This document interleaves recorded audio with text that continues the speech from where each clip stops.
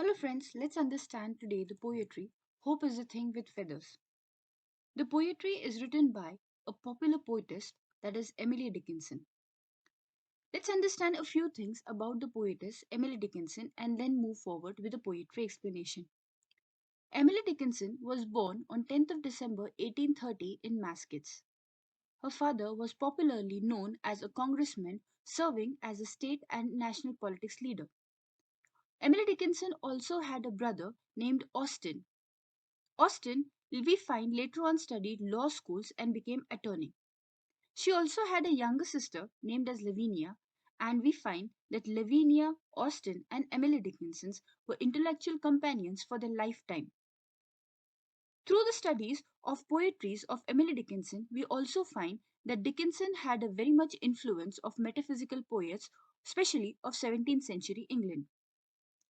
Also, her reading of Book of Revelation respects something about the upbringing of the Puritan New England town.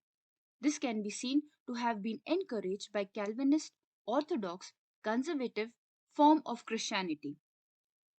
The writings also mentions that Emily Dickinson had admired the great poets like Robert Browning and Elizabeth Barrett Browning. She also admired the works of John Keats. The writings of Emily Dickinson were prolific throughout her way of life, which can be also found in the letters to her friends. But her work was completely remained for an unknown enclosed pattern of poem which was unrecognized. This was further recognized and then published after her death. Emily Dickinson died in 1886. Later on, her poetries were published by her sister posthumously in 1819. The last of her publication can be seen in the year 1955. The poetry, that is Hope is the Thing with Feathers, is found to be published in the year 1891, again which is a posthumously poem. We find that this poem is completely regarding the hope as a nature for the human with the use of the metaphor. We know that Emily Dickinson is a powerful writer who expresses her word with the use of metaphors. That means we can find that the use of the metaphors in her writings is more prominent as compared to the normal language. The rhyme scheme of the poem, when studied, we find that it is a loose rhyme scheme with an ballad form of pattern, that is ABCB. A small metaphor which is over here used in the poem is none other than a small bird which conveys the message of the human existence, its power, and its survival instinct.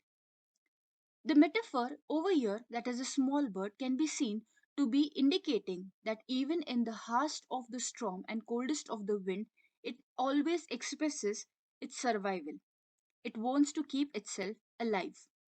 This metaphor of the small bird is none other than requiring something to stay alive.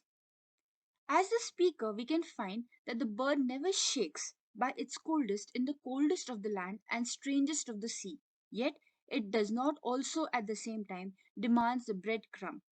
It only sings merrily. Let's understand the poetry in a stanza pattern. Over here on the left hand side, you can find the original lines of the poetry. Let's go with the stanza first. The stanza first of the poetry explains that narrator feels the hope can be deemed as a bird with the feathers. That means it is the bird who is singing merrily at the very start of the poem. You can also find that Emily Dickinson speaks this not about a specific language. Rather, it is a language about the human soul. More importantly, Emily Dickinson voices the hope as an eternal spring, and it is none other than the basic constituent of human being. This complete uneternal springs also helps us to understand that we are enabling to conquer the uncharted territories. The second stanza further moves to explain the poetess idea. Here, Emily Dickinson illustrates an expansive power of hope. She explains that it is got merrier and sweeter as the storm gets more powerful.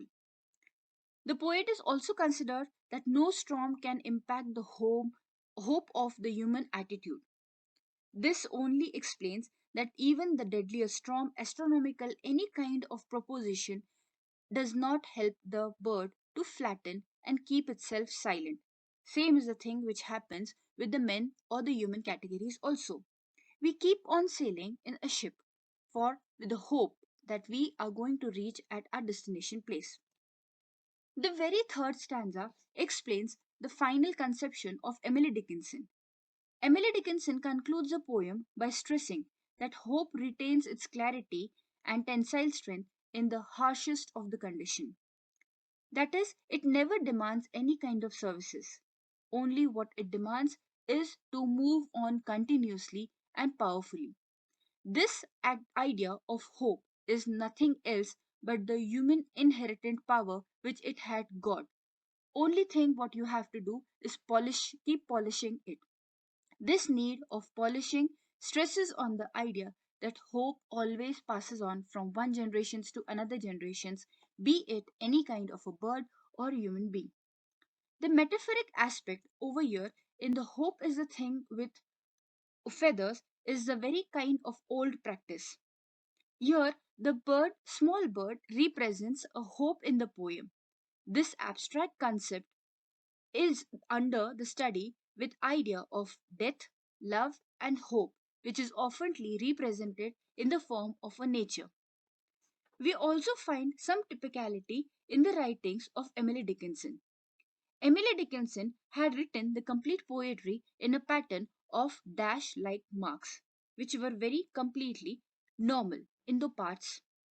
This particular writing was later on studied by Ralph Franklin in the year 1981 with the help of the physical evidences such as smudge marks, needle punctures, and the form of dashes and razor erases.